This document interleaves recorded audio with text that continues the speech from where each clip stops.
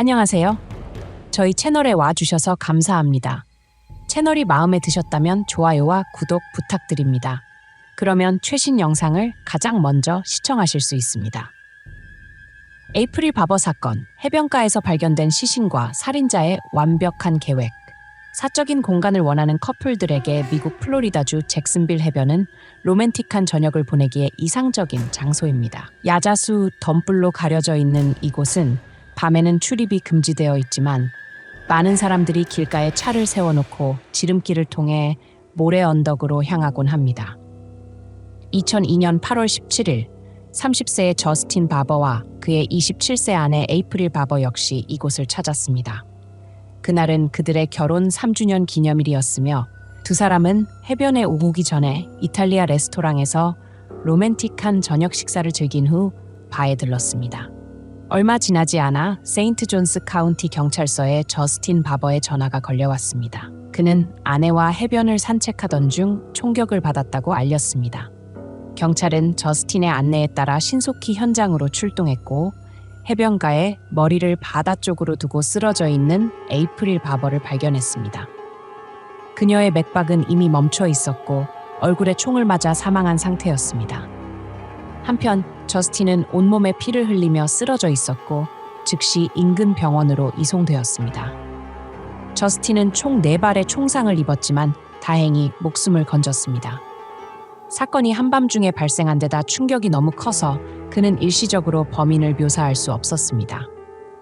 며칠 후 정신이 차려진 저스틴은 경찰에게 당시 상황을 진술했습니다. 2002년 8월 17일 밤 10시 30분쯤 두 사람이 손을 잡고 걷고 있을 때 헐렁한 티셔츠를 입은 키 큰 남성이 그들에게 다가왔습니다. 두 사람이 그 남성이 총을 소지하고 있다는 사실을 알아챘을 때 그는 돈을 내놓으라고 위협했습니다. 남자가 에이프릴에게 집중한 틈을 타 저스틴은 총을 빼앗으려 했고 총성이 울리는 소리를 들은 후 정신을 잃었습니다. 눈을 떴을 때 저스틴은 자신에게 피가 묻어 있는 것을 발견했고 범인은 사라져 있었습니다. 아내를 불러보니 그녀는 바다 근처 물가에 얼굴을 아래로 하고 쓰러져 있었습니다.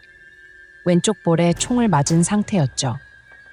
저스틴은 아내의 시신을 자동차 쪽으로 옮기려 했지만 부상 때문에 100m쯤 이동한 후 더는 옮길 수 없었습니다. 저스틴은 아내를 해변과 큰 길을 잇는 계단 밑에 두고 도움을 구하기 위해 차를 몰고 갔습니다. 몇 마일을 달린 끝에 지나가는 사람을 멈춰 세워 경찰에 연락할 수 있었습니다. 경찰이 해변에 도착했을 때 그들은 범인의 흔적을 찾지 못했지만 저스틴이 시신을 끌고 간 흔적은 남아 있었습니다. 저스틴은 범인이 돈을 요구했다고 했지만 에이프릴의 보석, 시계, 귀걸이 등 귀중품이 그대로 남아 있어 경찰은 의문을 가졌습니다. 저스틴의 진술을 토대로 경찰은 용의자의 초상화를 제작할 수 있었습니다. 이 초상화는 과거 성범죄 전과가 있는 데이비드 앨런 쇼이와 유사하다고 여겨졌습니다. 공교롭게도 데이비드는 과거에 이 해변에서 피해자에게 총으로 위협을 가한 적이 있었습니다. 데이비드 앨런 쇼이는 즉시 소환되었으나 그는 사건과의 관련성을 부인하며 알리바이를 제시했습니다. 신용카드 거래 내역을 확인한 결과 사건 당시 데이비드는 약혼자와 함께 코네티컷주에 있었으므로 플로리다주에서 범행을 저지르지 않은 것으로 결론이 나며 용의선상에서 제외되었습니다. 그렇다면 이 부부를 공격한 사람은 누구였으며 왜 피해자의 귀중품을 그대로 남겨둔 채 사라졌을까요? 에이프릴 바버는 미국 오클라호마주 헤네시라는 작은 마을에서 자랐습니다. 어릴 때부터 에이프릴은 착하고 주변 사람들에게 배려 깊은 성품을 가진 아이였고 학업 성적도 뛰어났습니다. 고등학교 졸업을 앞둔 에이프릴의 어머니는 폐암 진단을 받았고 6개월 후에 돌아가셨습니다. 에이프릴의 아버지는 광산 노동자로 일하며 세 아이를 어렵게 키웠고 에이프릴은 마치 두 동생을 돌보는 엄마와 같은 존재였습니다. 힘든 상황에서도 그녀는 학교에서 높은 성적을 유지했습니다. 졸업 후 에이프릴은 오클라호마 주립대학교에 입학했습니다. 1998년 10월 친구를 통해 에이프릴은 금발의 잘생긴 청년 저스틴 바버를 만났습니다. 두 사람은 거의 즉시 사랑에 빠졌습니다. 이전에도 몇 번의 연애가 있었지만 상대방들은 모두 성실하지 못했으며 저스틴은 달라 보였습니다. 그는 헤네시보다 더 작은 마을에서 자랐고 어릴 때부터 형과 함께 가축을 돌보며 자랐습니다. 주변 사람들은 그를 과묵하고 교류가 적은 아이로 묘사했습니다. 고등학교 시절 저스틴은 학교의 스타 운동선수가 되었고 우수한 성적으로 졸업했습니다. 저스틴은 대학생 때 일찍 결혼했으나 에이프릴을 처음 만났을 때는 막 이혼한 상태였습니다. 그는 에이프릴의 지성과 매력에 강하게 이끌렸습니다. 1999년 8월 4일 에이프릴 바버는 수많은 소녀들이 꿈꾸는 결혼식을 올렸습니다. 바하마 해변에서 일몰을 배경으로 잘생긴 신랑 저스틴 바버와 함께하는 결혼식이었습니다. 결혼 후 두 사람은 조지아주 더글라스로 이사했고 에이프릴은 병원에서 일자리를 구했습니다. 그러나 한 달이 지나자 문제들이 발생했습니다. 에이프릴의 동생이 그녀와 함께 살게 되자 저스틴은 불만을 표했고 이는 두 사람 사이에 갈등을 일으켰습니다. 에이프릴의 가까운 친구들은 에이프릴이 저스틴이 자신에게 아이를 낳지 않게 하겠다고 말했다고 털어놓았고 전했습니다. 그 후 에이프릴의 가족들은 저스틴이 아내의 옷차림이나 체중에 대해 공개적으로 불만을 표하고 회사 크리스마스 파티에서 자신을 창피하게 만들지 말라고 경고한 일에 대해 걱정하기 시작했습니다. 또한 저스틴은 직장에 있을 때 에이프릴이 연락하지 않기를 원했습니다. 2001년 1월 결혼 2년 후 저스틴은 플로리다주 잭슨빌로 이직했고 에이프릴은 그곳에 함께 가지 않기로 결정했습니다. 그녀는 서로 떨어져 지내는 시간을 가져야 한다고 생각했고 주말에만 만났습니다. 주로 에이프릴이 3시간을 운전해 저스틴을 만나러 가곤 했으며 그들의 관계는 조금 개선된 듯했습니다. 2002년 여름 결혼 3주년을 맞아 두 사람은 처음 데이트했던 해변으로 돌아갔지만 이곳이 그들이 마지막으로 함께하는 장소가 될 줄은 몰랐습니다. 사건 현장에서 경찰은 범인의 흔적을 찾지 못했습니다. 저스틴은 범인이 돈을 요구했다고 말했지만 경찰은 에이프릴의 보석, 시계, 귀걸이 같은 귀중품이 그대로 남아있는 점을 이상하게 여겼습니다. 또한 수사관들은 에이프릴의 입과 코 주위에서 발견된 거품이 의아했습니다. 이는 소금물이 폐에 들어가 손상을 일으킬 때 나타나는 증상인데 총상에서 흘러나온 피가 거품 위에 위치해 있어 에이프릴이 거의 익사한 후에야 총에 맞아 사망했음을 시사했습니다. 만약 익사 후에 총을 맞았다면 코 부분에 출혈이 없었을 것입니다. 에이프릴의 장례식 후 저스틴은 경찰에게 추가 정보를 제공했습니다. 그러나 저스틴에 대한 의혹은 점점 커져갔습니다. 경찰의 질문에 저스틴은 부부 생활이 행복하고 외도는 없었다고 주장했습니다. 하지만 에이프릴의 친구 엠버에 따르면 에이프릴은 죽기 전에 남편의 외도에 대해 의심하고 있었으며 저스틴의 침실에서 떨어진 귀걸이 한 쌍을 발견하고 저스틴이 테니스 팀의 샤넌 케네디라는 여자와 자주 연락하고 있음을 알게 되었다고 합니다. 에이프릴은 2002년 8월 4일 저스틴을 만나러 잭슨빌에 갔을 때 솔직히 대화하겠다고 말했습니다. 돌아온 후 에이프릴은 이 결혼을 끝내겠다고 저스틴을 위협했다고 친구들에게 털어놓았습니다. 8월 16일 금요일 에이프릴은 다시 잭슨빌로 돌아갔고 다음 날 밤 사고를 당했습니다. 에이프릴의 가족과 동료들에 따르면 저스틴은 결혼 생활 3년 동안 5번이나 외도를 저질렀다고 합니다. 경찰과의 여러 번의 조사에서도 저스틴은 외도를 부인했으나 경찰이 그의 여자친구를 소환하겠다고 하자 외도를 인정했습니다. 또한 사건 당일 해변가에 저스틴과 에이프릴이 총격을 당할 당시 두 번째 차량이 목격되었다는 증언도 있었습니다. 그날 밤 강도 사건이라고 하기엔 저스틴의 지갑과 에이프릴의 다이아몬드 반지가 그대로 남아있어 수상했습니다. 수많은 의문들이 잇따라 제기되었습니다. 어떻게 저스틴은 치명적이지 않은 경미한 부상만 입은 반면 그의 아내는 단 한 발의 총격으로 살해되었을까요?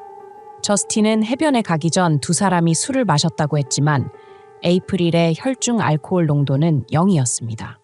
한편 비상센터는 그날 전화 기록이 없다고 보고했습니다. 저스틴은 왜 약 16km를 이동해 도움을 구했을까요? 그가 지나온 경로에는 고급 주택가와 주유소들이 많이 있었는데도 말입니다. 왜 그날 밤 저스틴은 휴대폰을 집에 두고 왔고 아내의 휴대폰을 사용하지 않았을까요? 경찰이 요청하자 저스틴은 집을 수색하게 하고 자신의 개인 컴퓨터를 넘겼습니다. 컴퓨터 전문가가 특수 소프트웨어를 이용해 저스틴의 컴퓨터 사용 기록을 조회한 결과 에이프릴이 사망하기 몇 시간 전 저스틴은 너를 사랑했었어라는 제목의 노래를 다운로드했던 것이 드러났습니다. 이 노래는 너를 사랑했지만 죽일 수밖에 없어. 넌 날 미치게 했지만 이제 나는 더 행복해라는 다소 폭력적인 가사를 담고 있었으며 이 노래는 경찰의 컴퓨터를 넘기기 몇 시간 전에 삭제되었습니다. 하지만 이는 단순한 우연일 뿐 범죄의 증거로 삼기에는 부족했습니다. 수사관들은 저스틴이 거짓말을 하고 있다고 믿었지만 그를 살인 혐의로 체포하기에는 더 많은 증거가 필요했습니다. 증인도, 범행에 사용된 무기도, 명확한 범행 동기도 없었습니다. 저스틴은 연봉 7만 달러를 받고 있었고 에이프릴도 거의 비슷한 수입을 올리고 있었습니다. 두 사람이 멀리 떨어져 사는 상황에서 저스틴은 아내를 쉽게 속일 수 있었을 것입니다. 과연 그는 단지 더 자유로운 삶을 원해 아내를 살해하고 스스로에게 부상을 입힌 것일까요? 경찰은 저스틴 바버의 진술을 근거로 조사했지만 그를 체포하기 위해서는 결정적 증거가 필요했습니다. 부검 결과 에이프릴의 입과 코 주위에서 소금물이 폐에 들어가 발생하는 거품이 발견되었습니다. 총상에서 흘러나온 피가 이 거품 위에 있어 에이프릴이 거의 익사한 후에 총격을 받았음을 시사했습니다. 만약 익사 후에 총을 맞았다면 코 부분에 출혈이 없었을 것입니다. 계속된 컴퓨터 조사에서 전문가들은 저스틴이 온라인에서 주식에 투자했으나 6만 달러의 큰 손실을 입고 있었으며 이를 메우기 위해 고금리 신용카드 대출까지 받은 사실을 확인했습니다. 또한 그는 아내의 생명보험으로 200만 달러의 수익을 얻을 유일한 수혜자였습니다. 경찰은 저스틴이 재정적 동기를 가지고 범행을 저질렀을 가능성이 있다고 판단했습니다. 저스틴의 진술을 재검토한 결과 여러 모순점이 발견되었습니다. 피해자의 해부 결과 쇄골, 귀, 목, 뒤쪽에 긁힌 자국이 발견되었으며 이는 강한 압력을 받아 물속에 눌린 흔적일 수 있었습니다. 저스틴은 4발의 총을 맞았지만 부상은 양쪽 어깨와 오른쪽 가슴, 왼쪽 손바닥에 집중되었고 모두 치명적이지 않은 부위였습니다. 경찰은 에이프릴을 살해하고 자신을 쏜 가해자가 왜 유일한 목격자를 제거하지 않았는지 의문을 가졌습니다.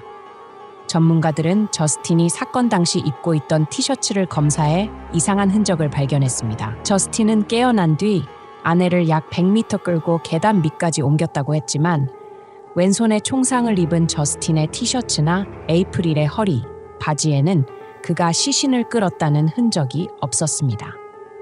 또한 에이프릴의 총상으로 인한 피는 얼굴 왼쪽으로만 흘렀는데 시신이 이동했다면 피의 흐름 방향이 변해야 했습니다. 이 시점에서 컴퓨터 전문가들은 저스틴의 인터넷 검색 기록에서 수상한 내용을 발견했습니다. 에이프릴이 총격으로 사망하기 몇 달 전부터 저스틴은 가슴 오른쪽에 총을 맞았을 때의 상처와 출혈에 관한 정보를 검색했는데 우연히도 4발의 총상 중 1발은 오른쪽 가슴에 있었습니다. 검사는 에이프릴이 남편의 외도와 그가 큰 빚을 지고 있다는 사실을 알고 이혼을 고려하고 있었을 가능성이 있다고 주장했습니다. 만약 이혼하게 되면 저스틴은 아내의 보험 수혜자 자격을 잃게 됩니다. 이를 알게 된 저스틴은 아내를 살해해 보험금을 타내기로 마음먹었고 자신에게 유리한 상황을 만들기 위해 인터넷에서 치명적이지 않은 총상을 검색했던 것입니다.